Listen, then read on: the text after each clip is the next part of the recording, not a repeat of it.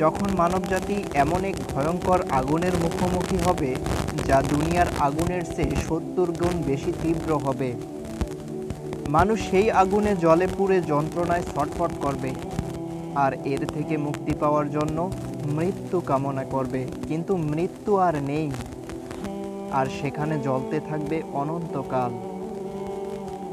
হাসরের দিন শুরু থেকে শেষ পর্যন্ত প্রতিটি ঘটনা কোরআনের বর্ণনার মতো ঘটবে, আর মানুষ অবাক হয়ে তাকিয়ে থাকবে আর দেখতে থাকবে।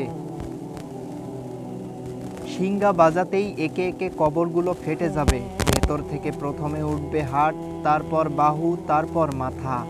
কঙ্কালগুলো জোড়া লাগবে আর আত্মা এসে মানুষ হয়ে দাঁড়িয়ে যাবে। তখন তারা আক্ষেপ করে বলবে, হায় আফসোস, আমাদের নবীগণ সত্যি ছিলেন। দূর থেকে ফেরেশতাদের কণ্ঠ ভেসে আসবে, লাইন ধরো, সবাই হাসরের ময়দানে এসো। লাইন ধরো, সবাই হাসরের ময়দানে আসো। আদম আলাইহিস সালাম থেকে শুরু করে শেষ নবজাতক পর্যন্ত কোটি কোটি মানুষ জমায়েত হবে সেই ময়দানে।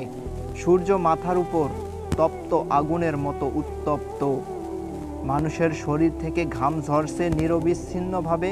কেউ গোড়ালি পর্যন্ত, কেউ বুক পর্যন্ত ঘামে ডুবে যাচ্ছে, কিন্তু মৃত্যু আর নেই। তাই এই কষ্টের মাঝেই অপেক্ষা করতে হবে।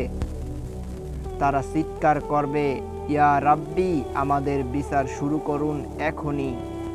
আমরা এই শাস্তি আর সহ্য করতে পারছি না, আমাদের বিচার শুরু করুন, তবুও ভালো। হঠাৎ দূর থেকে এক ভয়াবহ শব্দ ভেসে আসবে, যেন হাজার আগ্নেয়গিরির অগ্ন্যুৎপাত। দেখা দেবে জাহান্নাম। মানুষ আতঙ্কে এর থেকে দৌড়াতে চাইবে, কিন্তু ফেরেশতাদের শিকল তাদের টেনে ধরবে। আগুন মুহূর্তেই কাছে এসে পড়বে। সবাই ভাববে এবার শেষ। ঠিক তখনই আগুন নিভে যাবে, পরিণত হবে এক বিশাল শীতলাকায় পাথরে। জিবরাইল আলাইহিস সালাম বলবেন, এটি ছিল তোমাদের চোখের জল। দুনিয়ায় নামাজে দোয়ার সময় যে অশ্রু ঝরিয়েছিল, সেই অশ্রুই আগুন নিভিয়েছে। কিন্তু কাফেরদের চোখে কোনো অশ্রু ছিল না, তাদের রক্ষা পাবার কোনো উপায়ও নেই। এরপর আল্লাহ মানুষকে তাদের আমলনামা দিবেন। কেউ তা ডান হাতে পাবে, আবার কেউ তা বাম হাতে। তখন ভয়ে মানুষ অস্বীকার করবে, ইয়া রব, আমি কিছুই করিনি, আমি জানতাম না। কিন্তু তখন মুখ সিলমোহর করে দেয়া হবে, হাত কথা বলবে, চোখ সাক্ষ্য দেবে, অঙ্গ প্রত্যঙ্গ স্বীকার করে ফেলবে সে কি করত, কোথায় তাকাতো, কিসের পিছনে সময় নষ্ট করত। তারপর আসবে সেতু। জাহান্নামের ওপর টানা থাকবে চুলের মতো সূক্ষ্ম ও ধারালো সেতু। মুমিনরা তাদের ঈমানের নূর দিয়ে সহজে পার হয়ে যাবে, আর কাফিররা হোঁচট খেয়ে পড়ে যাবে জাহান্নামের গভীর খাদে, যেন ৭০ বছর ধরে পড়ে চলছে। জাহান্নাম তখন বলবে, হে আল্লাহ, আমার ভিতরে এখনো অনেক ফাঁকা আছে, আমি এখনো ক্ষুধার্ত।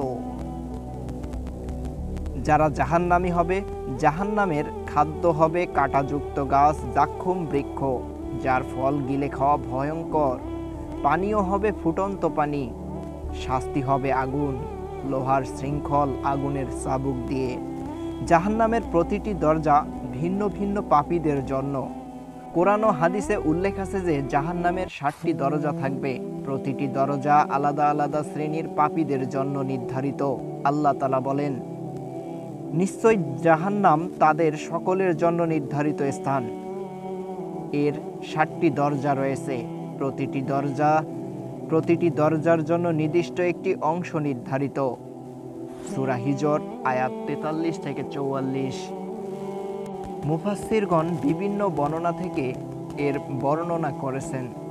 জাহান্নামের ৭টি দরজা সম্পর্কে জেনে নেওয়া যাক।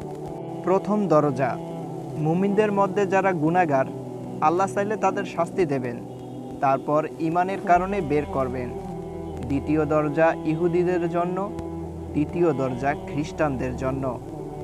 চতুর্থ দরজা মূর্তি পূজারী এবং অগ্নি পূজারীদের জন্য। পঞ্চম দরজা মুনাফিকদের জন্য মুসলিম, ওই সকল মুসলিম কিন্তু তাদের অন্তরে কাফের বা অবিশ্বাস।